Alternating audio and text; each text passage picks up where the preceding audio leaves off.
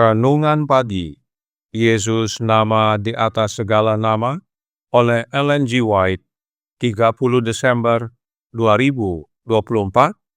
Mari kita berdoa. Bapa kami yang di sorga, Allah pencipta langit dan bumi, laut dan segala isinya, Allah yang maha besar, maha kuasa, sumber segalanya, yang kami sembah selalu melalui anak-Mu yang tunggal, Yesus Kristus.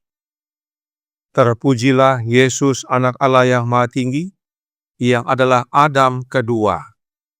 Pada pagi hari ini kami bersyukur boleh bangun dan berbakti, dan sebagaimana membaca dan mendengarkan nasihat firman-Mu, kiranya ini menjadi sukacita dan pembaharuan bagi kami semua, agar memiliki roh Adam kedua, sebab roh Adam kedua adalah roh yang menghidupkan. Beserta kami sepanjang perbaktian ini, kehendak-Mu yang jadi. Ampun kami akan dosa dan salah, karena kami berdoa hanya dalam nama Anak Allah yang tunggal, Yesus Kristus, yang adalah Tuhan dan Juru Selamat kami. Amin. Renungan hari ini akan dibacakan oleh Opa Hans Tikonowo. Kepada Opa Hans, kami persilahkan. Selamat pagi. Bacaan Renungan Pagi 30 Desember 2024, judulnya Adam kedua. Ayat inti 1 Korintus 15 ayat 47. Manusia pertama berasal dari debu tanah dan bersifat jasmani. Manusia kedua berasal dari sorga. Ketika Juru Selamat memberikan kedamaiannya kepada jiwa, hati akan selaras sempurna dengan firman Allah, karena roh dan firman itu sepakat. Tuhan menghormati firman-Nya dalam semua urusannya dengan manusia. Kehendaknya sendiri, suaranya sendiri, yang diungkapkan kepada pria dan wanita, dan Dia tidak memiliki kehendak baru, tidak ada kebenaran baru, selain dari firman-Nya untuk diungkapkan kepada anak-anak-Nya. Jika Anda memiliki pengalaman indah yang tidak selaras dengan petunjuk yang diungkapkan firman Allah, Anda mungkin meragukannya karena asal-usulnya bukan dari atas. Kedamaian Kristus datang melalui pengetahuan tentang Yesus yang diungkapkan Alkitab. Jika kebahagiaan diperoleh dari sumber luar dan bukan dari sumber ilahi, maka kebahagiaan itu akan berubah-ubah, meskipun keadaan yang berubah-ubah dapat membuatnya demikian. Tetapi kedamaian Kristus adalah kedamaian yang tetap dan kekal. Kedamaian itu tidak bergantung pada keadaan apapun dalam hidup, pada jumlah barang duniawi atau jumlah teman duniawi. Kristus adalah sumber air hidup, dan kebahagiaan serta kedamaian yang diperoleh darinya tidak akan pernah gagal, karena Dia adalah sumber kehidupan. Mereka yang percaya kepadanya dapat berkata, Allah itu bagi kita tempat perlindungan dan kekuatan, sebagai penolong dalam kesesakan sangat terbukti. Sebab itu, kita tidak akan takut, sekalipun bumi berubah, dan sekalipun gunung-gunung goncang di dalam laut. Mazmur 46 ayat 1-4. Kita memiliki alasan untuk terus-menerus bersyukur kepada Allah bahwa Kristus melalui ketaatannya yang sempurna telah memenangkan kembali sorga yang hilang dari Adam karena ketidaktaatan. Adam berdosa, dan anak-anak Adam menanggung kesalahannya dan akibatnya. Tetapi Yesus menanggung kesalahan Adam dan semua anak Adam yang akan lari kepada Kristus. Adam kedua dapat terhindar dari hukuman pelanggaran. Yesus mendapatkan kembali sorga bagi manusia dengan menanggung ujian yang gagal ditanggung Adam. Karena Ia menaati hukum dengan sempurna, dan semua orang yang memiliki pemahaman yang benar tentang rencana penebusan akan melihat bahwa Mereka tidak dapat diselamatkan saat melanggar perintah-perintah suci Allah. Mereka harus berhenti melanggar hukum dan berpegang teguh pada janji-janji Allah yang tersedia bagi kita melalui jasa Kristus. Diambil dari buku Faith and Works, halaman 88 dan 89. Demikian bacaan renungan pagi. Tuhan Yesus memberkati. Terima kasih.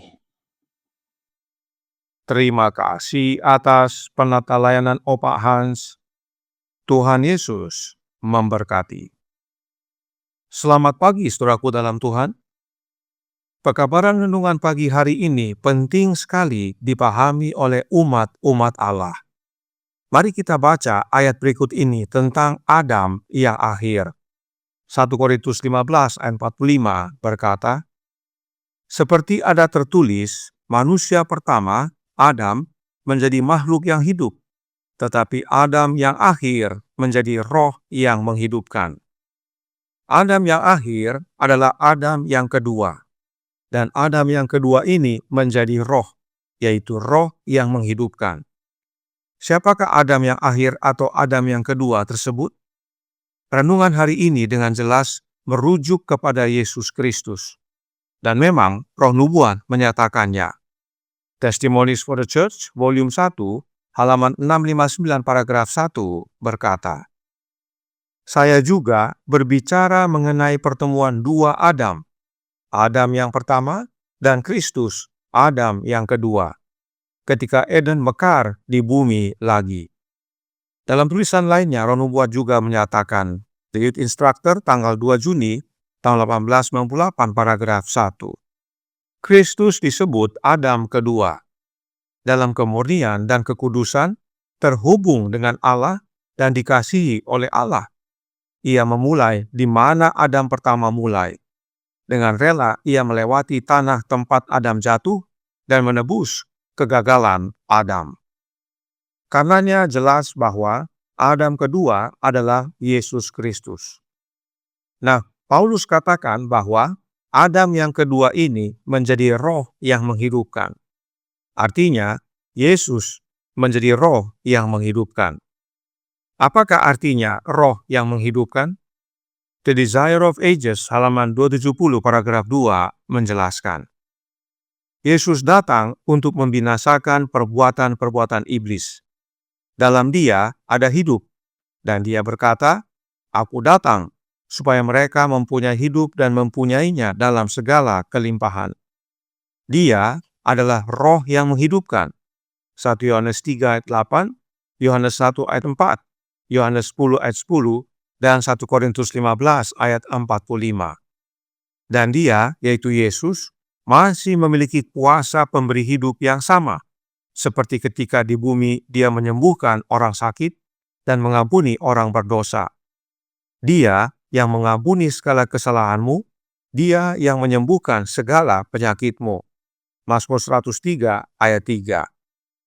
Inilah maknanya roh yang menghidupkan, bahwa Yesus adalah hidup itu, dan Yesus datang agar kita semua mempunyai hidupnya dalam kelimpahan. Dan meskipun Yesus telah kembali ke sorga, tetapi Yesus masih memiliki kuasa pemberi hidup yang sama, seperti waktu Yesus hidup di dunia ini, sehingga kita dapat memiliki hidup Yesus sekarang. Bagaimana caranya? Oleh menerima rohnya Yesus. Sebab pemberian roh adalah pemberian hidup Yesus.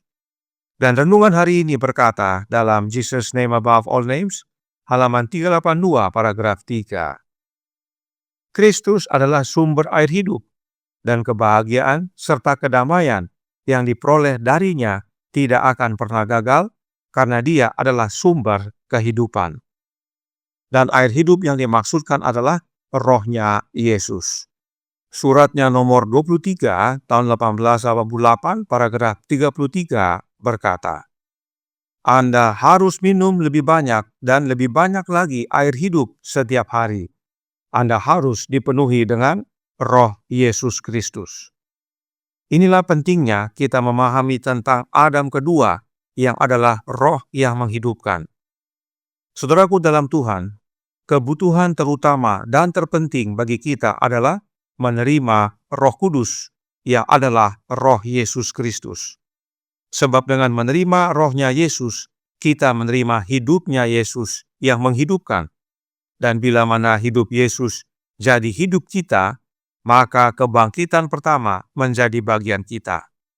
Inilah yang Paulus nyatakan dalam ayat selanjutnya, yaitu 1 Korintus 15 ayat 48 dan 49. Makhluk-makhluk alamiah sama dengan dia yang berasal dari debu tanah, dan makhluk-makhluk sorgawi sama dengan dia yang berasal dari sorga. Sama seperti kita telah memakai rupa dari yang alamiah, demikian pula kita akan memakai rupa dari yang sorgawi. Satu-satunya cara untuk dapat menjadi makhluk sorgawi sama seperti Adam kedua yang berasal dari sorga, dan satu-satunya cara untuk kita dapat memakai rupa dari Adam yang kedua yang sorgawi adalah dengan menerima rohnya Adam kedua, yaitu Roh Kristus. Oleh karenanya, saudaraku dalam Tuhan, kebenaran tentang Adam kedua adalah kebenaran vital, sebab itulah hidup yang kekal. Jangan mau menerima roh dari yang lain. Terimalah roh dari Adam kedua, yaitu roh yang menghidupkan. Tuhan memberkati, saya bawa dalam nama Yesus. Amin. Mari kita berdoa. Bapa kami yang di sorga, Allah pencipta langit dan bumi, laut dan segala isinya, Allah yang maha besar, maha kuasa, sumber segalanya, yang kami sembah selalu melalui anak-Mu yang tunggal, Yesus Kristus. Terima kasih atas kebenaran vital pada pagi hari ini, bahwa Yesus adalah Adam kedua, dan Adam kedua telah menjadi roh yang menghidupkan. Karenanya penting bagi kami untuk menerima Adam kedua dalam hidup ini, maka kehidupan Kristus menjadi bagian kami. Karenanya tolong kami ya Bapa, karuniakanlah roh anak-Mu dalam hidup ini, sebab dengan menerima rohnya Kristus, hal itu sama dengan menerima hidupnya, yaitu hidup yang menghidupkan, sehingga kehidupan kekal yang telah Yesus janjikan boleh menjadi bagian kami mulai sekarang ini di dunia, hingga pada akhirnya saat Dia datang kedua kali, keselamatan boleh menjadi bagian kami. Beserta kami sepanjang hari ini kehendak-Mu yang jadi. Ampun kami akan dosa dan salah, karena kami berdoa hanya dalam nama Anak Allah yang tunggal, Yesus Kristus, yang adalah Tuhan dan Juru Selamat kami. Amin.